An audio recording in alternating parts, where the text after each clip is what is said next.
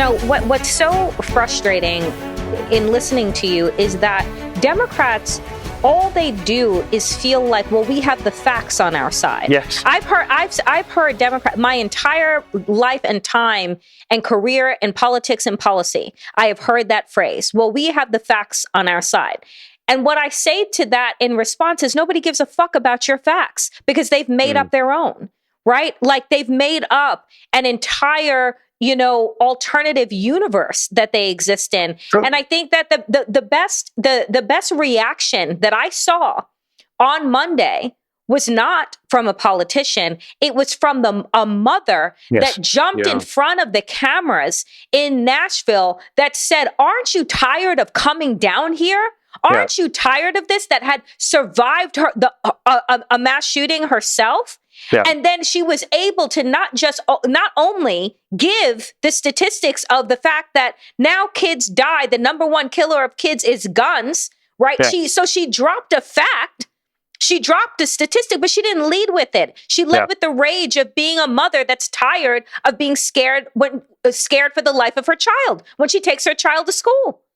Isn't it interesting that, you have this Ben Shapiro line that the right pretend to love, that facts don't care about your feelings, as if they are the kind of rational group of people that are just obsessed with logic and premises and conclusions.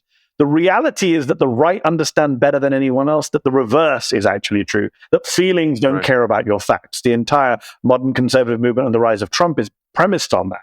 And my point in the book is not to say that, liberals, people of good faith, should embrace feelings don't care about your facts, but they should embrace the idea that feelings are more important than facts. As you say, lead with feelings. Have facts, but lead with feelings. And it's interesting that, when you look at, for example, what's the most powerful thing that people have been sharing online this week? It isn't kind of graphs showing the number of people who have died in America versus the number of people who died in Europe, which we already know about. It's actually this Washington Post piece that shows what happens when a bullet enters the body, when two kids from Uvalde, whose parents allowed for this reconstruction to be done. Because again, it's visceral. This is what a bullet does to a child's body. We've had this debate in the media. Should we show graphic images of dead kids? We have that discussion all the time. We show it in foreign conflicts. We show dead kids. Yep. When Elan Kurdi showed up on a beach, the Syrian child who died during the conflict, face down. That actually changed people's hearts and minds on migrants much more than any statistic or opinion poll or fact about borders did. Because unfortunately, whether we like it or not, that's the kind of thing that changes people's hearts and minds on a visceral level, on a gut level. And of course, there's a problem, which is totally understandable, that a lot of parents don't want to see their kids like that. But we've heard from pediatric doctors, we've heard from coroners that if you saw what we saw after these mass shootings, gun control debate would be over. There'd be no debate about it. And that's because it's not about a factual argument. It's about how people feel about this sick stuff. And also, by the way, people feel this outrage only in short periods of time. We're only human. We move on, right? We get outraged. Next day, we're back to normal. And that's why you do this idea that now is not the time to talk about this stuff. No. Now is exactly the time to talk about it. It's like when someone famous dies and they're an awful person. And if you say something about now is not the time to talk. No, actually, now's exactly the moment when everyone's talking about it and actually feeling something about that person to remind, a proper obituary, not just a kind of hagiography. The Irish were tap dancing when the Queen died. I just want to bring that up. But I want to sit here for 1 second with feelings, Mehdi, because when I travel the world, the number one question I get about America, and people are very sincere, especially in Europe, they're like, why are you so obsessed with guns? And you and I have discussed this before, some dark humor, that the right wing in America is far more terrifying than the right wing in say, England or other places, because over there, they don't have guns. Yeah. They'll use sticks. They'll use broken shards of glass. I mean, it's still dangerous, but in America, there are 400 million guns. There are more guns than people. And as Danielle said, guns have become the leading cause of death of kids. And as of today, there are 130 mass shootings in 2023 alone. Yeah. And if you're good at math, I'm not. That's more mass shootings than days. Just stick with feeling for a second. You have come here from England. How alien, how obscene, how strange, how terrifying is it for you as a citizen who was once an immigrant to come to this country with kids and see this in the news every day and this country does nothing? It's without doubt the most appalling thing about living in the United States. And if you ask me what's the worst thing about living here, it is having to drop my kids at the school bus stop or at the school gate every day, without a shadow of a doubt. Anyone who's moved here, and I don't know, there was the shooting in Virginia recently where the teacher took a bullet from a 6-year-old, right? Yep. And I don't know if you saw the video of the mother outside the gate who was from England, who said, "I'm only here because my husband's in the military. What is wrong with you people?" She said as she walked away, taking her child safely home, but outraged that she has to live through this. So yeah, you need foreigners, ideally not Piers Morgan, to come and remind you that this is not how the rest of the world lives. No one else lives like this. Everyone else in the world has video games and drugs and marijuana and mental health issues and transgender kids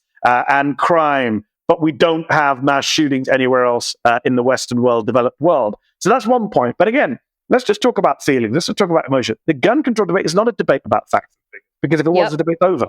The facts and figures are all on one side, to quote you, Danielle. The facts are only on one side of this argument. There are no other facts about the number of deaths.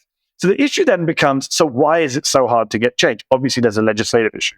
We know that Republicans in Congress use a broken minority government system to block any change that's backed by 90% of Americans, right? 90% of Americans don't agree on anything in this country. They don't agree on apple pie being a national dish, but 90% of Americans agree on background checks and basic gun reform. My position is this. You say 400 million guns are in America. It's a powerful statistic, but it implies one gun per person. That's obviously not the case.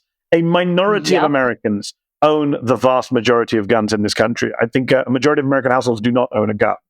And I think what you have to do first, if you're ever going to win this debate, is people need to stop living in a defensive world, in a defensive crouch, conceding from the get-go that we can't do anything about guns because guns are as American as apple pie, so we've got to kind of tinker around the edges. That's BS, right? I've long ago come to the conclusion that you need a much more radical approach. For example, why is there no one on the liberal side? I'm not saying everyone, but why is there not even a faction of people saying, time to get rid of the Second Amendment? Because people say, you can't say anything about the Second Amendment. They'll come for you. They're saying it anyways. You want to talk about argument?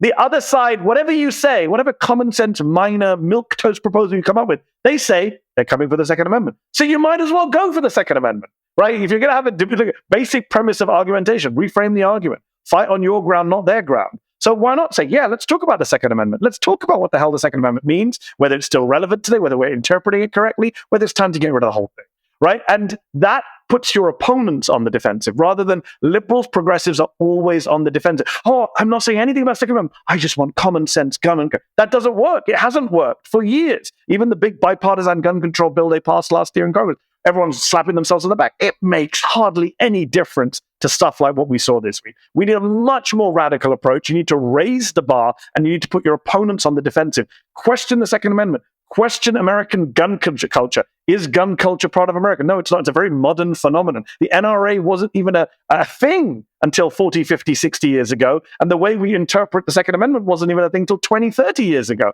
So let's start pushing back on these fake traditions about what it means to be American, how integral guns is to America, how hard it is to change people's views to gun. No. You need to aim much higher. Yeah, and I hear that because I'm like, we just have started to take it as normal and as okay that Republican officials pose with their children with AR-15s and send that out as Christmas cards. But dare I have a child that needs gender affirming care? I'm the one that needs to go to jail. I'm the one that's endangering a child. Dare I take my own fucking kid to read a book about Ruby Bridges, or to read a book about Ruby Bridges by a drag queen?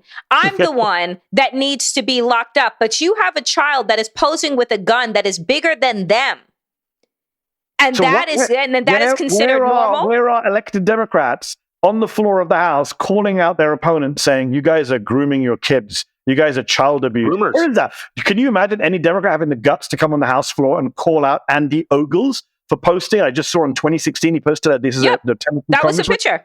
That was a Christmas picture. There's a worse picture that I've just seen doing the rounds from Instagram from 2016 that he posted a picture of a toddler or a baby holding a gun, saying, kind of teaching them about guns. So this is where the Democrats. I mean, this is a party, unfortunately. We could go all day on kind of their inability to kind of strike while the iron's hot or take the initiative. But when Joe Biden finally comes out and gives a speech and says semi-fascism, semi-fascism. What happens? Not just the right go crazy. His own party, Dick Durbin, comes out and says, "You went too far. I wouldn't use that kind of language." So this is the problem here, is that even when a Democrat does come out and kind of really come out strong and hard in a popular way, by the way, whenever Biden does do these strong interventions, his poll ratings go up, surprisingly, not surprisingly. Your own party come to kind of hamstring you and say, no, dial it back down, dial it back down. We're the ones who are supposed to be on the defensive always.